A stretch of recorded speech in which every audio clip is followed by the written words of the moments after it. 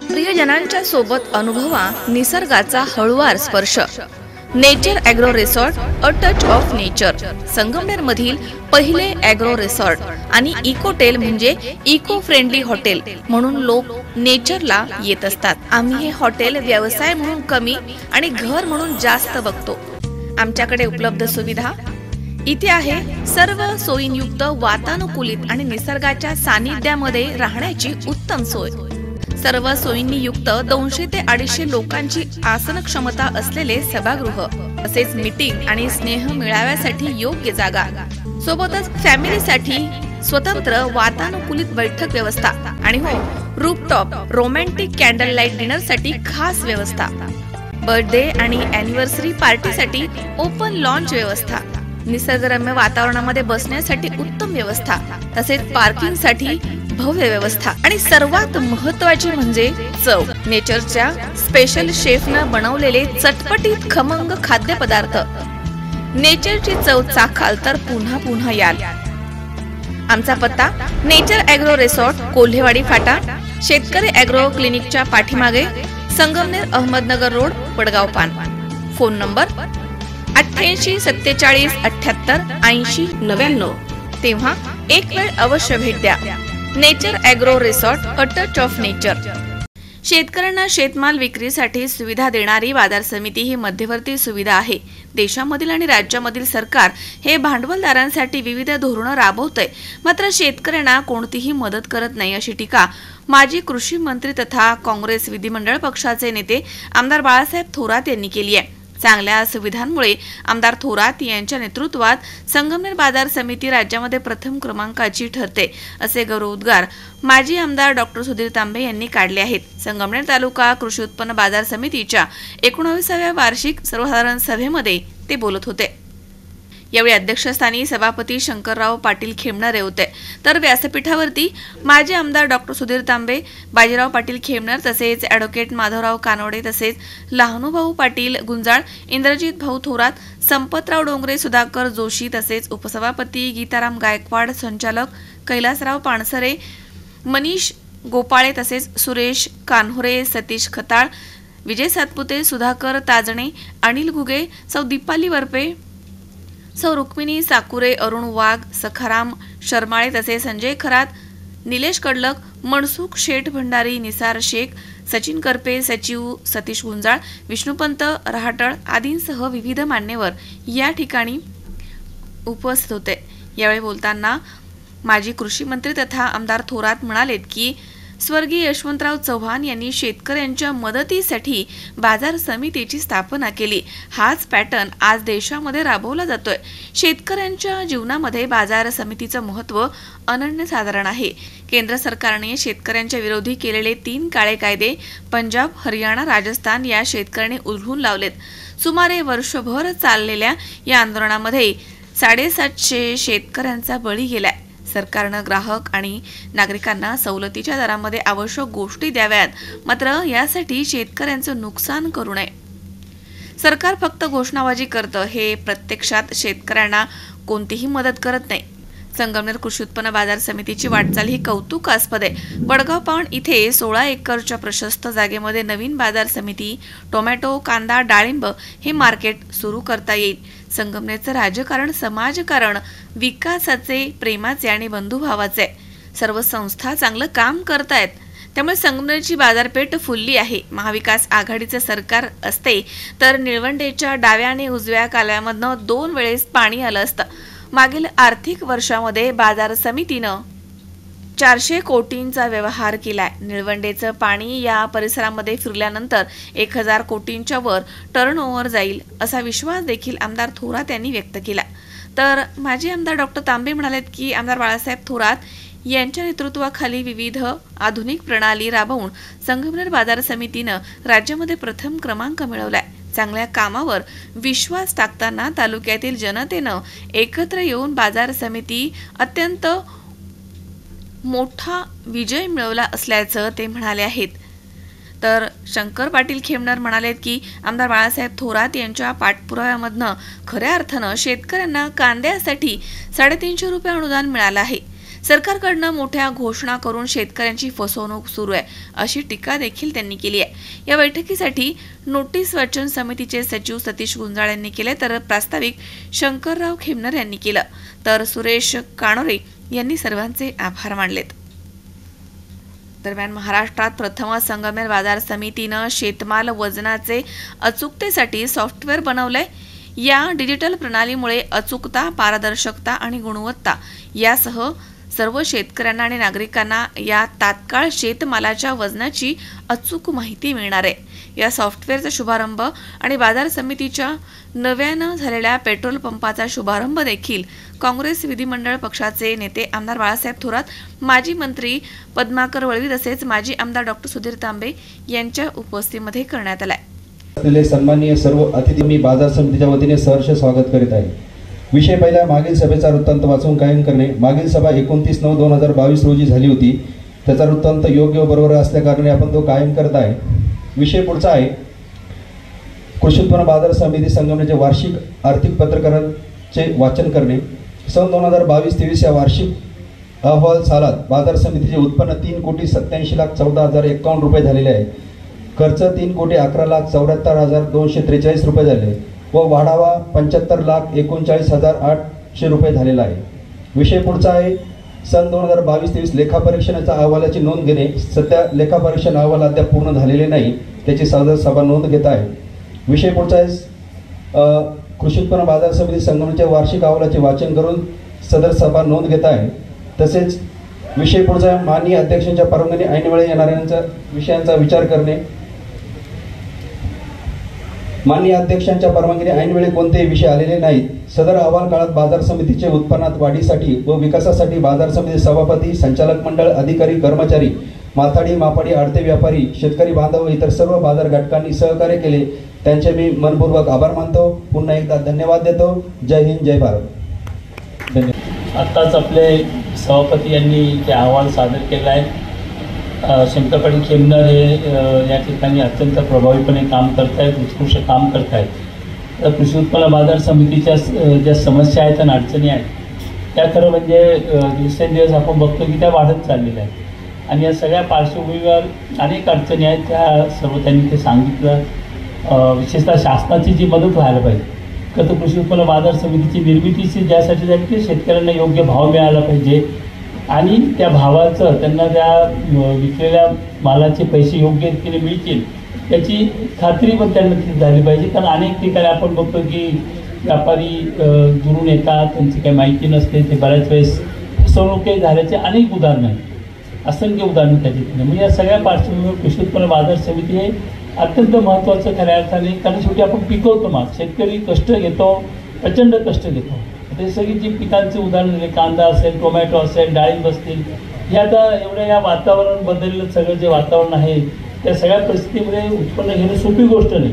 त्या प्रचंड कष्ट घेऊन घेतलेल्या मालाला ज्यावेळेस त्याला योग्य भाव मिळत नाही आणि मग त्या अशा वेळेस त्या शेतकऱ्यांची अवस्था अत्यंत वाईट होते।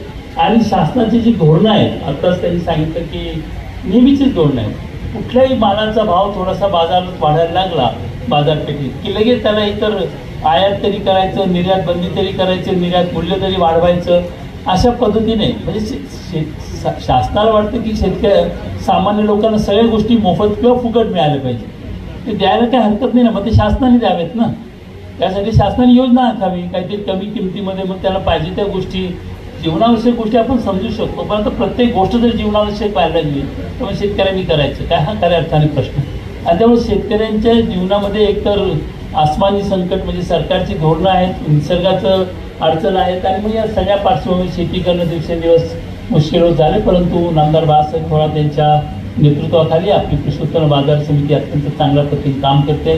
उपबाजार सुद्धा वडगावपान असेल, निमोण असेल, सातपूर असेल, सगळे उपबाजार सुद्धा चांगल्या पद्धतीने निर्माण झालेले आहेत। तेव्हा भविष्य काळामध्ये आपल्याला निश्चितपणाने हे बाजार कशा पद्धतीने ह्या जे उपबाजार आहे अधिक चांगल्या पद्धतीने करून शेतकऱ्यांना मार्केटमध्ये स्टॅबिलिटी कशी करता येईल आणि खरं म्हणजे शासनाच्या धोरणावर त्या ठिकाणी अवलंबून आहे। त्यांनी विजेत्याबद्दलही सांगितलं, त्याचबद्दल शासनाच्या सेसबद्दलही सांगितलं आहे आणि नगरपालिकेच्या प्रॉपर्टी टॅक्सबद्दल सुद्धा सांगितलं। या सर्वातनं कशा पद्धतीने त्यांना सवलत देता येईल यासाठी सुद्धा शासकीय पातळीवर प्रयत्न होण्याची गरज आहे. कारण या कृषी उत्पन्न बाजार समिती ह्या चांगल्या राहिल्या पाहिजेत, कारण त्यांच्याच माध्यमातून खऱ्या अर्थाने मार्केटमध्ये शेतकऱ्यांना त्यांच्या शेतमाल विकण्यासाठी मदत होत असते. तर निश्चितपणाने थोरात साहेब या ठिकाणी लक्ष घालतील अशी माझी खात्री आहे. त्याचबरोबर निवडणुकासुद्धा पार पडल्या. आता अनेक आपण बघतो की सध्या अडथळे निर्माण करण्याचं काम आपल्या या ठिकाणी होत असतं. म्हणजे ज्या निवडणुका होण्याची गरज नव्हती किंवा होऊ शकत नव्हत्या त्या कृत्रिमरित्याने उभे करण्यात येणं, लोकांना पळायला लावणं, परंतु बरं असतं त्या निमित्ताने. परंतु मित्रांनो, आपण बघतोय की जे काही राजकारण असतं, राजकारणामध्ये आपण बघतोय की काही नियम आपण पाहतो की सभ्यता म्हणतो राजकारणातून, ती सभ्यता आजकाल सोडून त्या ठिकाणी सर्व चाललेलं दिसते. म्हणजे आता परवा त्यांच्या बैठकच न होऊ देणं किंवा तिथे अधिकारी गैरहजर ठेवणं, म्हणजे अशा पद्धतीचं राजकारण खरं म्हणजे महाराष्ट्राने कधी पाहिलेलं नव्हतं. हे यशवंतराव चव्हाणांचा महाराष्ट्र. आणि अशा याच्यामध्ये काही लोक हे सत्तेत नसले तरी दुःखी असतात आणि सत्तेत आले तरी दुःखी असतात. त्यांचं दुःखच आपल्याला समजत नाही. आणि त्यामुळे खऱ्या अर्थाने या सगळ्या पार्श्वभूमीवर जे कृषी उत्पन्न बाजार समितीच्या निवडणुकीमध्ये तडाखेबंद असा विजय आपण सर्वांनी मिळवला आणि त्यातून आपल्या नवीन संचालकांची निवड केली, त्याबद्दल आपल्या सर्वांचे मनापूर्वक अभिनंदन करतो आणि माझे 2 शब्द संपवतो. धन्यवाद. त्याच्या दृष्टीनं काळजी घेतली. नंतर सभापती शंकरराव चंदर हे सभापती झाले. खरं जे आणि त्यांनी मागील 5 वर्षात अत्यंत सुंदर काम, खरं जे आदर्श सरपंच आहे महाराष्ट्रातले. ते म्हणजे तुम्ही साकूर पाहिलं आणि त्यांचे काम पाहिलं, लक्ष येतं की आदर्श सरपंच कसा असतो याचं मूर्तिमंत उदाहरण आहे. पण आता आदर्श सरपंच निवड राहिले नाही ते, तर आदर्श सभापती सुद्धा झाले कृषी बाजार समितीने. या पद्धतीने त्यांचं काम त्यांनी काम आपलं दाखवून देत आहे. सगळ्यांना सांभाळून एकत्र पद्धतीनं वाटचाल सगळी चाललेली. आज 400 कोटी रुपयाचा व्यवहार या बाजार समितीमध्ये. सकाळी आपण चर्चा केली दूध संघाची, काही आपले कार्यकर्ते होते तिथं, आपण 500 कोटी रुपयाचा एकंदर टर्नओव्हर केलाय. या बाजार समितीमध्ये 400 कोटी रुपयाचा टर्नओव्हर झालाय या वर्षामध्ये, 22 सालापर्यंत. म्हणजे आता या वर्षी आणखी पुढे घ्यायचं, या वर्षाचा हिशोब होणार आहे. म्हणजे कमी नाहीये, लक्षात घ्या. पैसा शेवटी खेळतो तो शेतकऱ्याच्या हातात येतो, तोच बाजारपेठेत जातो, तिथेच बाजारपेठ खुलती, तिथलाच व्यापार खुलतो, तिथलंच जीवनमान खुलतोच. हे सगळं फुलवण्यामध्ये सुद्धा 400 कोटी रुपयाचा व्यवहार आणि त्या शेतकऱ्याला मदत करण्याचं काम या बाजार समितीनं या वर्षामध्ये केलं. हे अत्यंत अभिमान वाटणारी अशा प्रकारची आपली गोष्ट आहे. मी एकंदर त्यांचे जे काही उपबाजार समित्या आहेत त्यांचा विचार करता आपण त्या बाजार समिती निमोनची एक चांगली बाजार समिती, तिथे पेट्रोल पंप करायचं ठरवलं. आज इथे पेट्रोल पंपाचं उद्घाटन केलं. याचा अर्थ शेतकी संघाचा धंदा केला. शेतकरी धंदा आता पेट्रोल पंपावर खरं सांगतो. ते इकडं आडत मिळत काय राहिले. आता त्याच्यात तुम्ही काही भाग कापून टाकला आणि तर सांगितलं मी 5,000 लिटर रोज खपत, म्हणजे झाला का. आता मला तुम्ही न सांगता खरं म्हणजे केलं नाही, मी काही करू दिलं नसतं खरं सांगतो. तर ती संस्था आपलीच आहे. तर ठीक आहे, त्याच्यातून ती संस्था चांगल्या पद्धतीनं पुढे चालू शकते. निमोनची बाजार समिती आहे, आपला उपबाजार आहे, तळेगावचा उपबाजार आहे, घारगावचा उपबाजार आहे, साकूरचा उपबाजार आहे आणि कर्जली पठारचा उपबाजार आहे. आणि त्याचबरोबर आपण एक महत्वाचा निर्णय मी महसूल मंत्री असतानाच घेतला आणि वडगाव पानची जवळजवळ 18 एकर उत्पादन, 16.5 एकर जागा आपण उपलब्ध करून दिली. ती उपबाजार समितीचं उद्घाटन आपण चांगलं केलं. खरं म्हणजे अत्यंत मोक्याच्या ठिकाणी ती बाजार समिती ही निर्माण झाली आहे. काही गोष्टी आपण तिथे ह्या केलेल्या आहेत आणि काही करावं लागणार आहे अशी परिस्थिती आहे. एकदम सगळं पूर्ण झालं असं मी मानत नाही. पाऊस झाल्यानंतर काय स्थिती असेल खालची आज काय मला माहित नाही. ठीक मरून टाकला असेल तर ठीक असेल. तर ह्या सगळ्या याच्यामध्ये तिथे आपल्याला काही बाजार तिकडं हलवणं आणि वळण तसं पाडणं शेतकऱ्याला, हे अत्यंत महत्वाची गोष्ट झालेली आहे. विशेषतः डाळिंब असेल किंवा टमाटो असेल, काही गोष्टी कांदा असेल, असे जे महत्वाचे मोठे गर्दी करणारे जे पिकं उत्पादन आहे आपले शेतीचे, ते त्या ठिकाणी कसे नेता येतील या दृष्टीनं प्रयत्नशील आपण राहिलं पाहिजे. त्याला व्यापारी, आडत, हमाल, शेतकरी सगळ्यांचं सहकार्य त्यामध्ये असलं पाहिजे की एक व्यवस्था तिथं नीट पद्धतीने करता येईल, त्या दृष्टीने प्रयत्नशील आपण राहिलं पाहिजे असं मला वाटतं. आणि खूप चांगली बाजार समिती वडगाव पानची बाजार समिती ही झालेली आहे आणि इतरही खूप निरनिराळ्या ऍक्टिव्हिटी आपल्या सातत्यानं चाललेल्या असतात. खरं म्हणजे यावेळची निवडणूक म्हणजे असं झालं, मी महसूल मंत्री होतो, दुसरे महसूल मंत्री झाले, ते इथून महसूल मंत्री झाले, एवढा आनंद झाला की मिरवणूक काढली आणि मिरवणुकीत स्वतः मंत्री महोदय घोषणा करायचे की हमसे जो टकराएगा खालचे 4 चिल्ल पिल्ल भरायचे, काय मिट्टी में मिल जाएगा हमसे जो टकराएगा. जोरात चालली मिरवणूक, 15-20 ते खाली उतरले गाडीतून परत बसले, असं काहीतरी झालं त्यावेळेस. आणि मग आली बाजार समितीची निवडणूक आणि इथं जोरात तयारी केली. मला तर फार काळजी पडली होती काय होणार आपलं.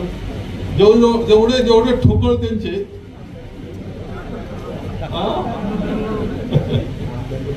जेवढे ठोकळ तेवढे उभे. बरं ते दिसते ठोकळ नव्हते, पैशानी ठोकळ होते. म्हणजे सगळाच कार्यक्रम असा होता असतो. परंतु आपण पाहिलं असेल, मग मी थोडस असं आहे की इकडे उद्योग करता म्हणलं तिकडं बी आपण त्यांना वाटलं तिकडं आपल्या तालुक्यात कशाला मिळतील, याला उमेदवारच मिळणार नाही. परंतु जेव्हा गेलो तर भराभरा उमेदवार उभे राहिले, बाजार समिती इलेक्शन उभं राहिले, त्यांच्या खर्चानं राहिलं, काही त्रास नाही. घरोघर फिरायला लागले ते लगेच उमेदवार, ते असे चपळ होते की ते लगेच फिरायला लागले. इकडे लोकांनी मतदारांनी फेटे आपले चन्नापुरीची सभा, सुंदर सभा झाली. तुम्हाला आठवत असेल तर आठवत का, जेवण घेऊन चांगलं आपण बाकी उद्योग करीत नाही ना, जेवण झालं काही अडचण नसते. 5,000 लोक होते, 5,000 चन्नापुरी सभेमध्ये 5,000 लोक जमले होते. 5,000 एवढी ती एकवी सभा होती. ते ड्रोनचे चित्र पिक्चर ते होते, ते व्हॉट्सअपवर कोणी टाकले आणि ते महाराष्ट्रात गेले. मला फोन यायला लागले, अशी कुठे बाजार समिती सभा असते का म्हणजे, आम्ही अशी पाहिलीच नाही कधी. एवढा प्रभाव त्या याच्यात झाला. ज्या वेळेस लोक मतदानाला आपले आले त्यावेळेस फेटे बांधून मतदानाला आले. अनेक गावांचे लोक फेटे बांधून आनंदाने मतदानाला आले. आणि त्यावेळेस आपले जे मित्र इकडे त्रास द्यायला निघाले होते, ते रेकॉर्ड करून घे, काय बिघडत. जे मित्र इकडे त्रास द्यायला निघाले होते तिकडे गुन्हा सारं कुटुंब होतं, प्रत्येकाला हात जोडायला. सगळा व्यवस्थित सोपस्कार करावा लागला होता. आणि त्यानंतर तुम्हाला माहिती, पुन्हा एकदा मी गेलो कारखान्याच्या निमित्तानं, लोकांनी कारखाना ताब्यात देऊन टाकला आणि म्हणे हमसे जो टकरा आहे. तेव्हा आपला संगमेर तालुका आहे. आपल्या इतकं चांगलं सुंदर राजकारण तुम्हाला महाराष्ट्रात क्वचित पाहायला मिळेल. जे राजकारण आहे ते विकासाचं आहे, जे राजकारण आहे ते प्रेमाचं आहे, बंधुभावाचं आहे, आनंदाचं आहे, एकमेकांच्या कष्टाचं आहे. आणि एक अत्यंत सुंदर वातावरण आपण संपूर्ण तालुक्यामध्ये निर्माण केलेलं ही वस्तुस्थिती. सर्व समाज घटकांना स्थान आहे आपल्याकडं, त्यांना सन्मान आहे. कृषी उत्पन्न बाजार समितीची ही वार्षिक सभा आपण संपन्न करतोय. खरं कालपासून आपण वार्षिक सभेंना सुरुवात केली. आज सकाळी सुद्धा शेतकी संघाची वार्षिक सभा झाली, दूध संघाची झाली, कृषी उत्पन्न बाजार समितीची वार्षिक सभा संपन्न होते. उद्या अमृतवाहिनी बँकेची वार्षिक सभा आहे. परवा आपल्या साखर कारखान्याची वार्षिक सभा आहे. म्हणजे जवळपास गणपती उत्सव आहे, गणरायाचं आगमन झालेलं आहे आणि आपण त्या निमित्तानं या सर्व वार्षिक सभा आपण संपन्न करतोय. कृषी उत्पन्न बाजार समितीची 19वी वार्षिक सभा म्हटलंय आणि स्थापना होऊन मात्र 1960 साली या संस्थेची स्थापना झाली. तसा विचार केला तर 63 वर्षापूर्वीची ही संस्था आहे. परंतु ॲक्टमध्ये काय वार्षिक सभा प्रकार नाही, याच्यात ॲक्टमध्ये नाही आहे तसा. परंतु आपणच ती सुरुवात अशी केली की या निमित्तानं आपण एकत्र येतो, काय कामकाज चाललं त्याची चर्चा आपण करतो आणि म्हणून सहकारी संस्थेसारखीच वार्षिक सभा आपण ठेवतोय. तसं त्याच्या कायद्यानं तसं नसतं, पण एकत्र येणं, चर्चा करणं, एकत्र बसणं, या सगळ्या दृष्टीनं आपण ही पद्धत आपण पाडतो आहोत आणि अत्यंत चांगल्या पद्धतीची वाटचाल ही आपण करतो आहोत. खरं जे कृषी उत्पन्न बाजार समितीच्या स्थापना माननीय स्वर्गीय यशवंतराव चव्हाण साहेबांनी ही केलेली आहे. आणि यशवंतराव चव्हाण साहेबांचं त्यावेळेसचे स्वप्न होतं हरित क्रांतीचं, की शेतकऱ्यांनी, कारण त्यावेळेस अन्नधान्याचा तुटवडा होता, शेतकऱ्याकरता खूपच कठीण परिस्थिती त्या कालखंडात होती की अन्नधान्य नव्हतं, नागरिकांना अन्नधान्य नव्हतं, परदेशातून गहू आयात करावा लागत होता. त्या कालखंडामध्ये जी गती शेतकऱ्यांना त्यांनी दिली आणि मदत करण्याकरता ज्या संस्था उभ्या केल्या, त्यामध्ये कृषी उत्पन्न बाजार समिती ही संस्था आहे. की शेतकऱ्यानं माल पिकवला पण विकायचं कुठं, अशी कोणती व्यवस्था नव्हती. त्यामुळे बाजार समिती आहे की तिथे माल घेऊन गेले तर तिथे आडत करणारे असतील, तिथे व्यापारी तिथे असतील, हमाल असतील, मापाडी असतील, या व्यतिरिक्त सुद्धा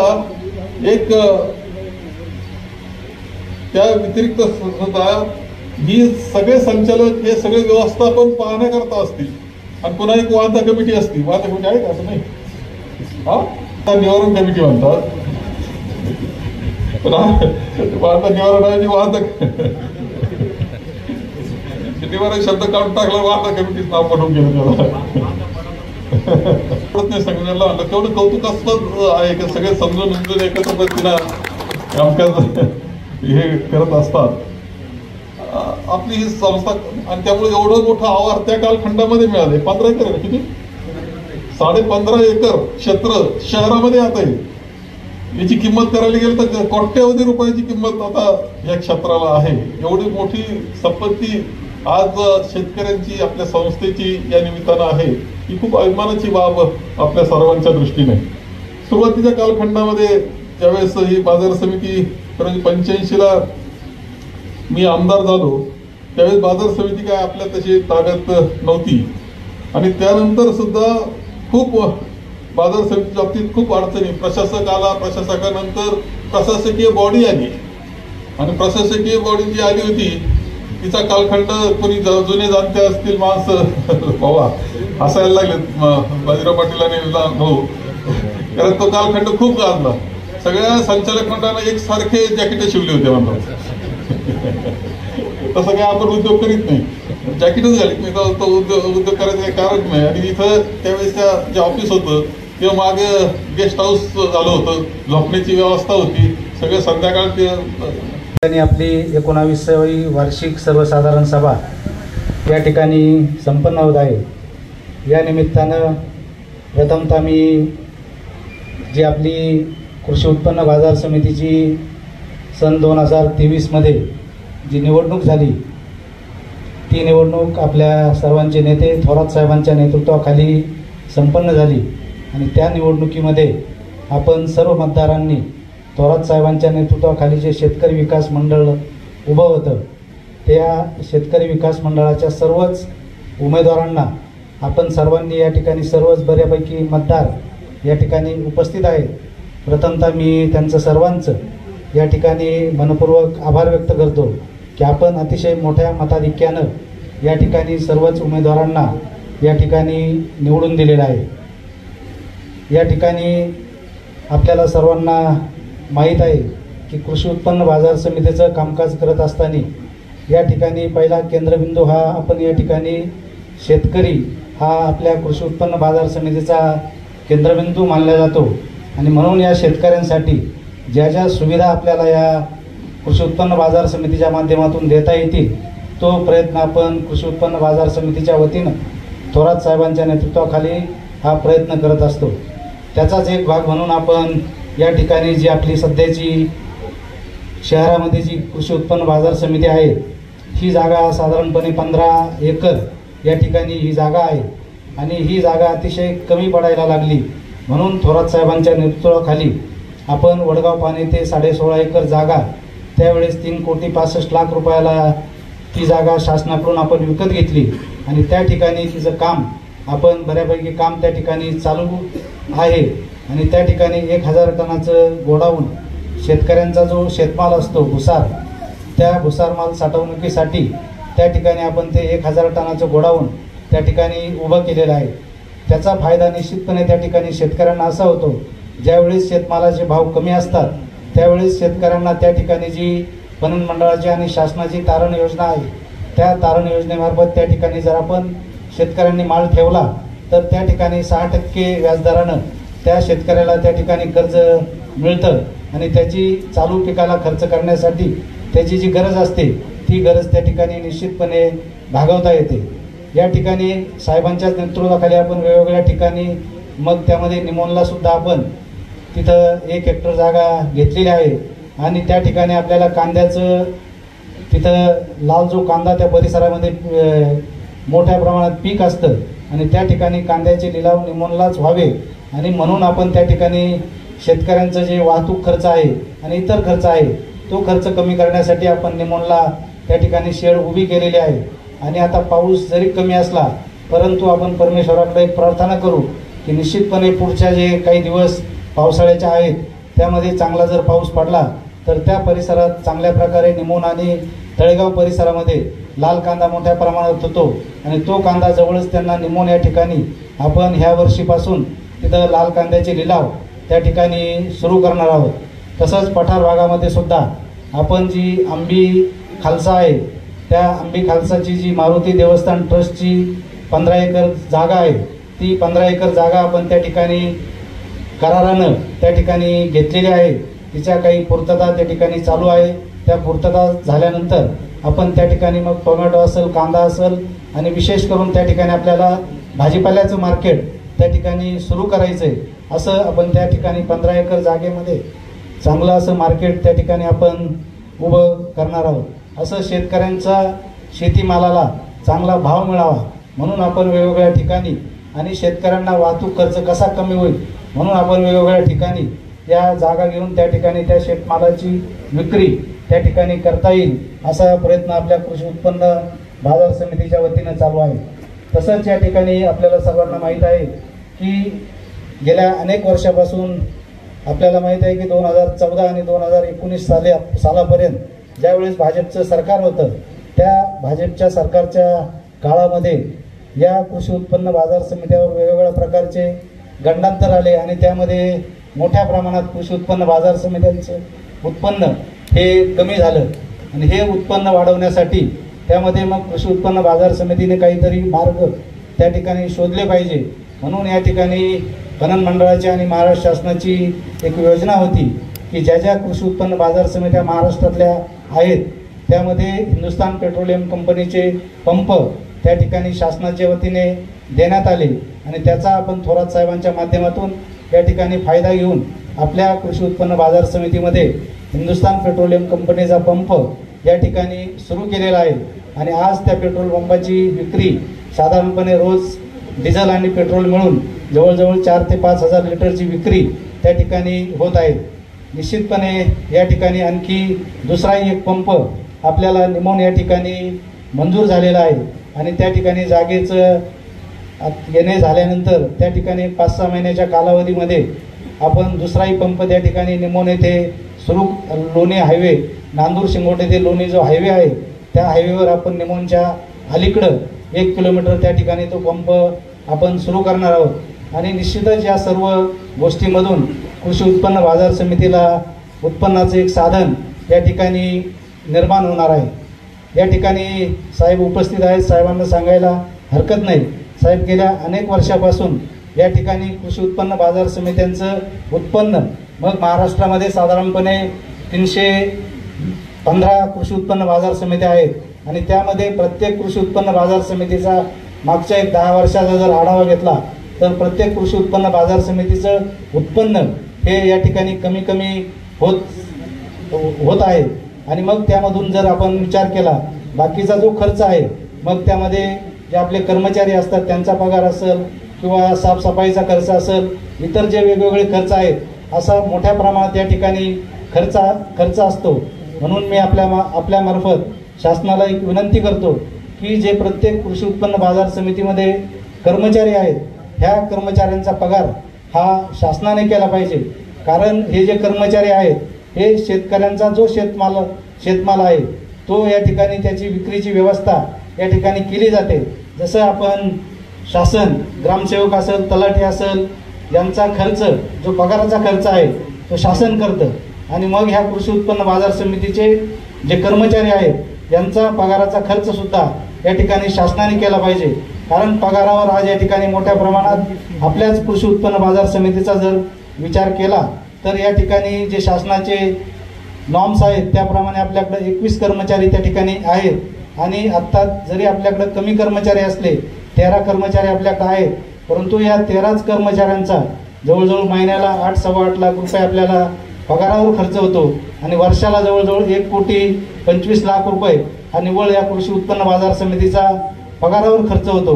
म्हणून माझी आपल्याला एक विनंती आहे की शासनाकडे जर आपण या कृषी उत्पन्न बाजार समित्यांचा विषय मांडला तर निश्चितपणे हा कृषी उत्पन्न बाजार समितीचा एक मोठा बोजा त्या ठिकाणी कमी होईल. तसंच या ठिकाणी जे आपले शेतमाल शेतकरी उत्पादित करतात त्यांना चांगला भाव आपण पाहिलं असेल तर साखर कारखाना, दूध संघ, शेती संघ हे तर झालं, पण कॉलेजेस आपले चांगले. नगरपालिका एवढी सुंदर नगरपालिका डॉक्टरांनी सुरू केली, 91 साली सुरू कर प्रथम नगराध्यक्ष झाल्या. नंतर आतापर्यंतची वाटचाल आता दुर्गाताई होत आहे, काय सुंदर वाटचाल ती झाली. पंचायत समिती पहा, जिल्हा परिषद आपले सदस्य पहा, सगळ्यांनी आणि जी बाजार समिती सगळं काम देखणं आपलं आहे. आणि म्हणून काहींना सहन होत नाही ही वस्तुस्थिती नाकारता येत नाही. म्हणजे काय आणि सहन होत नाही, सहन तर होत नाही, करावा काय असा प्रश्न सगळा कार्यक्रम आहे. मग ते आल्यावर येऊन जातात आणि काहीतरी बोलून जातात. आता तर दोन्ही बाजूला पाटाचं पाणी फिरणार आहे आपलं निळवंड्याचं. खरं सांगतो तुम्हाला की आपलं ते सरकार राहिलं असतं तर दोनदा कॅनलला पाणी गेलं असतं. दोनदा रेलचेल पाणी पार विहिरी भरून टाकलं असतं आणि उजवा कॅनलला एकदा फिरलं असतं पाणी. आता ठीक आहे, आता सरकार बदललं तर थोडा त्रास तुम्हाला काढावा लागतोय, परंतु हे सगळं जे आहे वातावरण आता तुम्हाला सुद्धा बाजार समिती तुम्ही सांगितलं की 400 कोटी हे पाणी फिरल्यानंतर तुमचं कमीत कमी 400ला 400ची जोड मिळणार आहे. 1000 कोटीचं 400 कोटीचा टर्नओव्हर सांगितलं तर 1000 कोटीवर जाईल बरं का, ते दोन्ही पाठ चालू झाल्यावर. कारण तेवढं सगळं उत्पन्न वाढणार आहे, भाजीपाला वाढणार, फळबागा वाढणार, सगळ्या दृष्टीने उत्पन्न वाढणार आहे. शेतकऱ्याचं उत्पन्न वाढणार तर इथे येणार ना तो उत्पादक घेऊन. तर हे सगळा बदल, खूप मोठा बदल आपला हा होणार आहे पुढच्या काळामध्ये. आपण समर्थ आहोत, चांगल्या पद्धतीने व्यवस्था आपण करतोय. किती कुणी काही प्रयत्न केला तरी आपण त्याला सामोरं जाण्याची तयारी आपली आहे. म्हणून मी आपल्या या निमित्तानं सांगेल की बाजार समितीना पुढच्या काळात खरं जे बाजार समिती ह्या अत्यंत महत्वाच्या संस्था ज्यावेळेस यशवंतराव चव्हाण साहेबांनी महाराष्ट्रात सुरू केल्यानंतर हा जो पॅटर्न आहे हा देशामध्ये स्वीकारला गेला, पूर्णपणे देशात स्वीकारला गेला. आणि त्याचा सगळ्यात जास्त चांगलं कुठं व्यवस्थापन आता असेल आपल्यापेक्षा चांगली मी म्हणेल ती म्हणजे पंजाब, हरियाणा, राजस्थान, मध्य प्रदेश, उत्तर प्रदेशचा काही भाग, हा जो सगळा भाग आहे तिथं सगळ्यात मोठ्या बाजार समिती आपल्याला पाहायला मिळतात. तिथे गहू आणि तांदळाची खरेदी, जे रेशनमध्ये गहू येतो किंवा तांदूळ येतो तर प्रामुख्यानं सरकार त्या भागातून खरेदी करत असतो, सरकार तिथून खरेदी करत असतं. आणि इतक्या हजारो कोटीचा उलाढाल या बाजार समित्या तिथल्या करीत असतात. आणि ज्या वेळेस केंद्र सरकारनं असा कानून म्हणजे 3 कायदे शेतकऱ्याचे करायला घेतले, त्याला शेतकऱ्याचे कायदे म्हटले, तर पूर्णपणे शेतकऱ्याच्या विरोधातले कायदे तयार करायला घेतले. आपण त्याला काळे कायदे म्हणतो. असं म्हटल्यानंतर हजारो शेतकऱ्यांनी संपूर्ण दिल्लीला वेढा टाकला. त्याच्यामध्ये तो वेढा जवळपास 10 महिने वर्षभर चालला. 750 शेतकरी काही ना काही कारणानं त्यामध्ये मयत झाले, मृत्युमुखी पडले. 750 शेतकरी त्या आंदोलनामध्ये, थोडा आकडा लहान नाही, 10 महिन्यामध्ये 750 शेतकऱ्यांचं बलिदान तिथं झालं त्या काळ्या कायद्याविरुद्ध. कायदेच असे होते, त्याच्यामध्ये पहिलं म्हणजे तुमची बाजार समिती संपून टाकली होती. व्यापाऱ्याला तर इतकं मुक्त वातावरण होतं. व्यापारी म्हणजे आपले व्यापारी नाही बरं का, आपले मतदार व्यापारी नाही, दांडगी व्यापारीवरून येतात ते. मोठे मोठे व्यापारी येतात आणि ते फसून जातात ना. एवढं होतं की त्याची ओळख सुद्धा पटवायची गरज नाही. त्याचं आता काय करतो आपण, बाहेरचा व्यापारी आला तर त्याची ओळख, त्याचं एक पद्धत असते ना, आधार कार्ड याची सगळी आपण करतो, काही गरज नाही, काही ठेवलं नाही. आणि झालं काही तक्रार तर प्रांताला तक्रार करा म्हणे, पोलिसला करूच नका. ते कोणाकरता कायदे तयार केले होते. दुसरं असं केलं होतं की कॉन्ट्रॅक्ट शेती किंवा खरेदीचे अधिकार, याचा परिणाम असा होता तर एका भांडवलदाराने पंजाब, हरियाणा त्या भागामध्ये मोठमोठाले स्टोअरचे असे, त्याला काय म्हणतात, सायलो असतात, मोठ्या टाक्या असतात. म्हणजे त्यांनी इतक्या मोठ्या टाक्या उभ्या केल्या त्या भागामध्ये. त्या मग आता सगळं जर आपलंच राज्य येणार आहे तर सगळं धान्य खरेदी करायचं, सायलोमध्ये भरायचं, अन्नाचा तुटवडा करायचा आणि महागाना विकायचा, इथपर्यंत तयारी ही सगळी झाली होती. म्हणून त्याला काळे कायदे म्हटलं जातं. वर्षभर आंदोलन कुणी नीट दखल घेतली नाही. एका ठिकाणी तर शेतकऱ्यावर गाड्या घालून शेतकरी मारले आंदोलन, हे मंत्र्याच्या पोरात. ही अवस्था. आता ते काय तुम्हाला तुम्ही तर खुश आहे, G20 काय, पार्लमेंट हाऊस काही चांगलं झालं आणि आता राम मंदिर होणार, तेवढं कौतुकाच्या गोष्टी या. कौतुक याचं असलं पाहिजे, सर्वसामान्य शेतकऱ्याच्या जीवनात तुम्ही काय आनंद निर्माण केला याचं कौतुक असलं पाहिजे.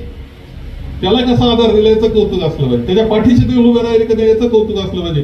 पार्लमेंट हाऊसचं G20चं काही कौतुक करायचं आपल्याला कारण नाही, हे तुम्हाला या निमित्तानं सांगतो. तुम्हाला वाटायला लागत असेल काही टीव्ही पुढे बसत असले तर त्याचं कौतुक असायचं काही कारण नाही. तो झगमगाट तुमच्या उपयोगाचा नाही हे लक्षात घेतलं. तर ह्या सगळ्या गोष्टी आहेत. धोरणं जरी आपण पाहिले तर कांद्याचा जेव्हा पार बाजार पडला त्यावेळेस त्यांनी तर 200 रुपयानंच सुरुवात केली होती मदत. आम्ही आरडाओरडा केला, 500 रुपयांनी त्या पायऱ्यांवर बसलो, आरडाओरडा केला. पाहिलं असेल तुम्ही, असं वाटतं पाहता का नाही मला माहित नाही. तेव्हा पुढे ते 350 पर्यंत गेलं. पण 350 गेल्यानंतर सुद्धा अद्याप काही शेतकरी बाकी राहिले, त्यांचे पैसे यायला तयार नाही.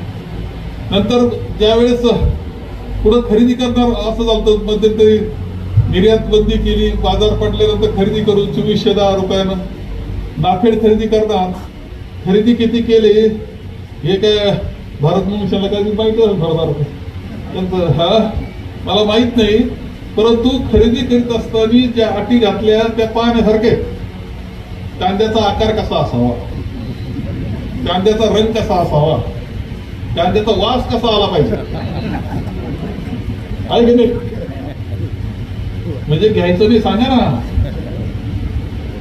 घ्यायचं नाही म्हणून तर सगळं. शेवटी खरेदी काय केलं, काय शेतकऱ्याला म्हणते. म्हणजे धोरणच असे की टमाटोचे बाजार वाढले. कधी नव्हत भाऊसाहेबाला 4-5 वर्ष पिकं गेले, भाऊसाहेब कुठं बसतात, भाऊसाहेब बिते. एकदा बाजार मिळाला तर लगेच फोटो सगळी चर्चा, जेवढे बाजार मिळाले एवढी खुशी झाली. पण 5 वर्ष त्याचं पीक गेलं होतं, कोणी सांगत तरी हे नाही सांगते, यांना कौतुक वाटलं लय पैसे झाले. अरे लय पैसे झाले, अगोदर गेले ना 4 वेळा पीक. कौतुक वाटायला काय करायचं. 4 वर्ष काही ना काही कारण फेल झालं, रस्त्यावर टाकावं लागलं, ते कोणी पाहत नाही. एकदा थोडं झालं की लय पैसे, शेतकऱ्याला लय पैसे, कौतुकानं त्या टीव्हीवर चॅनलवर दाखवलं लय पैसे, लगेच नेपाळवरून आयात. म्हणजे कांदा सुद्धा आयात करायला निघाले. मध्यंतरी एकदा तर पाकिस्तान, इजिप्तचा कांदा खाल्लाय लोकांनी. म्हणजे तुम्ही लक्षात घ्या कशा पद्धतीचं, म्हणजे हे सगळं मताचं राजकारण आहे. धर्माचं याचं जसं मताचं आहे तसं हे सुद्धा मताचं आहे. लोकांना खुश ठेवायचं, तुम्ही खुश ठेवा. तुमचं मतदार आहेत, नागरिक आहे, भारताचे नागरिक आहे, मध्यम वर्ग आहे, त्यांचं बजेट असतं, हे आम्हाला समजतं ना, त्याला मदत झाली पाहिजे. पण शेतकऱ्याला मारून तुम्ही मदत करणं एकदम चुकीचं. तुम्ही अनुदान द्या, शेतकऱ्याला द्या, नाही तर त्यांना अनुदान द्या, त्यांच्या पाठीशी उभं राहा आणि मग ती मदत करा. तर शेतकऱ्याला मारून त्याला आर्थिक अडचणीत घालायचं, त्याच्या पोटी दुसऱ्याला मदत करायची, हे धोरण बिलकुल चुकीचं आहे. ही वस्तुस्थिती आहे. आता या सगळ्या पार्श्वभूमीवर आपण राजकारणात पुढे जातो आहोत. काळ बदलणार आहे, तुम्हाला 100% सांगतो. काळ बदलणार आहे. फार थोडे दिवस, साधारणपणे 2-3% लोकांचे सुद्धा त्या ठिकाणी पैसे त्या ठिकाणी झाले नाही. आणि टीव्हीवर जर आपण पाहिलं तर दिवसातून 20 वेळा टोमॅटोचे भाव क्रेटला 2500 रुपये झाले, किंवा दिल्लीला 200 रुपये 250 रुपये किलो झाले. ह्याच बातम्या दिवसातून झळकायच्या. आणि आज साहेब परिस्थिती अशी आहे की टोमॅटोचं क्रेट हे साधारणपणे 50-60 रुपयाला आहे. म्हणजे साधारणपणे 2-3 रुपये किलो या ठिकाणी टोमॅटो जातात. आणि टोमॅटो इथपर्यंत आणायलाच 4 रुपये खर्च आहे. फक्त टोमॅटोचा तोडणीचा खर्च आणि वाहतुकीचा खर्च या ठिकाणी जवळजवळ 3 ते 4 रुपये येतो. म्हणजे आज 100% त्या ठिकाणी शेतकरी हे पूर्णपणे तोट्यात आहेत. परंतु आज एकदाही टीव्हीवर किंवा कुठलेही केंद्र शासन म्हणा किंवा महाराष्ट्र शासन या टोमॅटो उत्पादक शेतकऱ्यांच्या पाठीशी या ठिकाणी नाही. अशा अनेक अडचणी या ठिकाणी शेतकऱ्यांच्या निश्चितपणे आहेत. या ठिकाणी आपल्याला माहीत आहे की साहेबांच्या नेतृत्वाखाली आणि महाविकास आघाडी सरकार ज्यावेळेस काम करत होतं त्यावेळेस निश्चितपणे आपल्या सर्वच शेतकऱ्यांना अतिशय मोठी मदत साहेबांच्या नेतृत्वाखाली त्या ठिकाणी आपल्याला झालेली आहे। या ठिकाणी मी जाता जाता फक्त कृषी उत्पन्न बाजार समितीच्या आणखी 1-2 अडचणी आहेत त्या या ठिकाणी आपल्याला सांगण्याचा प्रयत्न या ठिकाणी करतो। साहेब, ही जी मार्केट कमिटी महाराष्ट्रातल्या सर्वच मार्केट कमिटी ज्या असतील त्या शेतकऱ्यांसाठीच काम करतात, परंतु या ठिकाणी जर आपण विचार केला तर महाराष्ट्र शासन जे काही कृषी उत्पन्न बाजार समित्यांना शेसचं उत्पन्न असतं, साधारणपणे 1% आपण शेस कृषी उत्पन्न बाजार समितीला मिळतो, त्यामधून साधारणपणे जे वर्षाचं उत्पन्न होतं त्यामधून 5% उत्पन्न हे आपल्याला महाराष्ट्र शासनाला अंशदानाच्या रूपात त्या ठिकाणी द्यावं लागतं आणि ते एकूण साधारणपणे प्रत्येक वर्षी आपल्याला 20 ते 22 लाख रुपये हे आपल्याला पैसे शासनाला भरावे लागतात। शासनाकडून कुठलाही फायदा या ठिकाणी मार्केट कमिटीला होत नाही। म्हणून माझी एक आपल्याला विनंती आहे की जे कृषी उत्पन्न बाजार समित्या शासनाला अंशदान भरतात 5%, ते अंशदान या ठिकाणी बंद झालं पाहिजे। तसंच या ठिकाणी आपल्याला जे लाईट या ठिकाणी कृषी उत्पन्न बाजार समिती वापरती तर त्याला ते जे कमर्शियल रेट असतात ते कमर्शियल रेट न लावता जे घरगुती रेट आहेत ते घरगुती रेट या ठिकाणी कृषी उत्पन्न बाजार समितीला लावले पाहिजे। तसंच या ठिकाणी जी आपली नगरपालिका आहे, नगरपालिका सुद्धा जो टॅक्स घेते, साधारणपणे आपण 33 लाख रुपये हा नगरपालिकेला टॅक्स भरतो, तो सुद्धा टॅक्स हा जास्त मोठ्या प्रमाणात आहे। तेव्हा कृषी उत्पन्न बाजार समितीसाठी नगरपालिकेने काही जर त्याला माफी केली, कारण या ठिकाणी हे जे कृषी उत्पन्न बाजार समिती आहे ही फक्त शेतकऱ्यांसाठीच या ठिकाणी काम करते, म्हणून हे इतर जे काही खर्च आहेत हे त्या ठिकाणी जर कमी झाले तर निश्चितपणे त्याचा फायदा शेतकऱ्यांना आणखी जास्तीत जास्त सुविधा या ठिकाणी देता येतील अशी या ठिकाणी मी साहेबांना या प्रसंगी विनंती करतो। तसंच या ठिकाणी जी 40% या ठिकाणी केंद्र शासनानं जो कांद्यावर आता निर्यात शुल्क आकारलेली आहे ती निर्यात शुल्क कमी कसे करता येईल आणि कांदा भारतातून बाहेर कसा पाठवता येईल तरच शेतकऱ्यांना काहीतरी फायदा या ठिकाणी होऊ शकतो, असे प्रश्न या ठिकाणी कृषी उत्पन्न बाजार समितीचे आहेत। मी सर्व शेतकऱ्यांच्या वतीनं कृषी उत्पन्न बाजार समितीचे सर्व संचालक यांच्या वतीनं मी आपल्या पुढे या समस्या मांडत आहे। निश्चितपणे आपण यामध्ये लक्ष घालावं अशी मी आपल्या सर्वांना विनंती करतो। आज आपण या ठिकाणी या कृषी उत्पन्न बाजार समितीच्या वार्षिक सभेसाठी उपस्थित राहिलात, आम्हाला तुमचं निश्चितपणे अतिशय नेहमीच कायमस्वरूपी सहकार्य असतं, यापुढेही सहकार्य राहील अशी मी सर्व शेतकऱ्यांच्या वतीनं या ठिकाणी अपेक्षा व्यक्त करतो। पुन्हा एकदा आपल्या सर्वांचं या ठिकाणी मनपूर्वक आभार व्यक्त करतो। माझे 2 शब्द संपवतो। जय हिंद, जय महाराष्ट्र। शावीद शेख, C24 तास, संगमनेर।